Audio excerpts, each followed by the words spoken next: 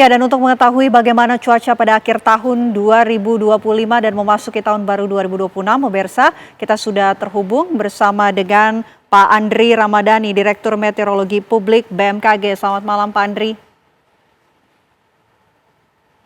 Selamat malam, Mbak Vena. Pak Andri, Selamat malam, kami Iwan. Apakah suara baik. saya dengar jelas ya? Sudah sangat jelas, Pak Andri. Pak Andri, kami ingin tahu, Baik. Pak, bagaimana kemudian prediksi dari BMKG mengenai cuaca di sejumlah wilayah di Indonesia pada akhir tahun dan juga menyambut tahun 2026. Seperti apa, Pak Andri? Baik, memasuki akhir tahun dan menyongsong tahun baru 2026, BMKG mengingatkan masyarakat bahwa sebagian besar wilayah Indonesia saat ini sedang berada pada fase puncak musim hujan di sebagian besar wilayah Indonesia.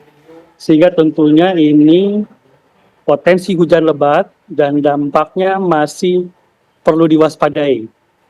Kemudian perlu diketahui juga bersama bahwa saat ini juga sedang aktif anomali iklim di sebelah timur La Nina lemah, lalu di sebelah barat di Samudra Hindia, maksudnya sebelah timur Samudra Pasifik, sebelah barat Samudra Hindia yaitu iode negatif, dan tentunya ini meningkatkan intensitas curah hujan baik di wilayah timur maupun di wilayah barat, sehingga menjelang nanti akhir tahun dan juga awal tahun baru ini ada peningkatan intensitas curah hujan di seluruh wilayah Indonesia secara merata. Demikian, Mbak Vena. Ini juga yang terjadi kemarin, Pak, di wilayah Jakarta pada malam Natal pada tanggal 25 Desember sempat terjadi hujan petir. Akankah kemudian akhir tahun dan juga tahun baru 2026 ini akan dihujani hujan petir, Pak? Kami melihat demikian, jadi potensi peningkatan intensitas hujan semakin meningkat menjelang akhir tahun dan awal tahun. Hal ini karena saat ini sedang aktif beberapa dinamika atmosfer. Yang paling dominan saat ini tentu ada tropical cyclone Grand dan juga bibit siklon tropis 96S di wilayah selatan Nusa Tenggara. Tentu kedua sistem tersebut, siklon tropis, bibit siklon, mempengaruhi pola cuaca di Indonesia, sehingga memperkuat kecepatan angin, meningkatkan pembentukan hujan, dan tentu memicu gelombang tinggi, sehingga transportasi laut dan juga di wilayah pesisir dan juga masyarakat yang berwisata khususnya di pantai selatan Jawa, Nusa Tenggara ya, baik Bali, ini juga perlu diwaspadai ada peningkatan gelombang tinggi, dan ini akan terus berlanjut hingga awal Januari.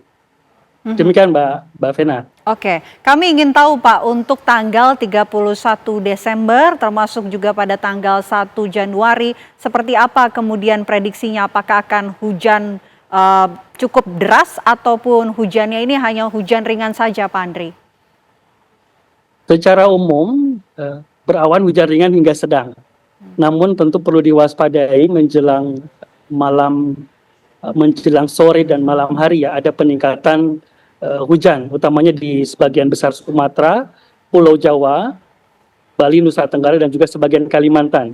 Itu wilayah-wilayah yang ada peningkatan hujan sedang hingga lebat ya. Tapi secara umum di pagi hari hingga siang hari relatif berawan, hujan, potensi hujan ringan hingga sedang. Demikian, Mbak Vena. Jadi masih cukup kondusif, tetapi ada beberapa wilayah yang perlu kita waspadai ya, tadi yang saya sebutkan.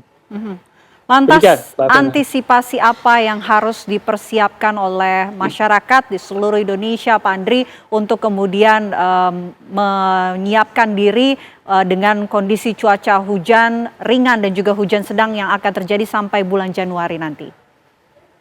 Baik, jadi potensi cuaca yang tadi ya, dengan potensi hujan tadi masih ada paling tidak hingga bulan Februari 2026 ya, di fase periode musim hujan. Lalu masyarakat tentu untuk menyesuaikan aktivitas dengan kondisi cuaca, dan yang paling penting adalah mengenali resiko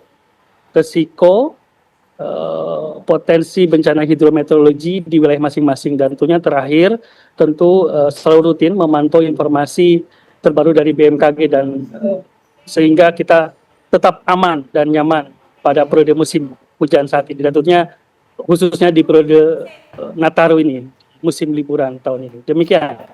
Oke, Pak Andri, imbauan yang bisa diberikan BMKG untuk seluruh masyarakat Indonesia apa, Pak Andri?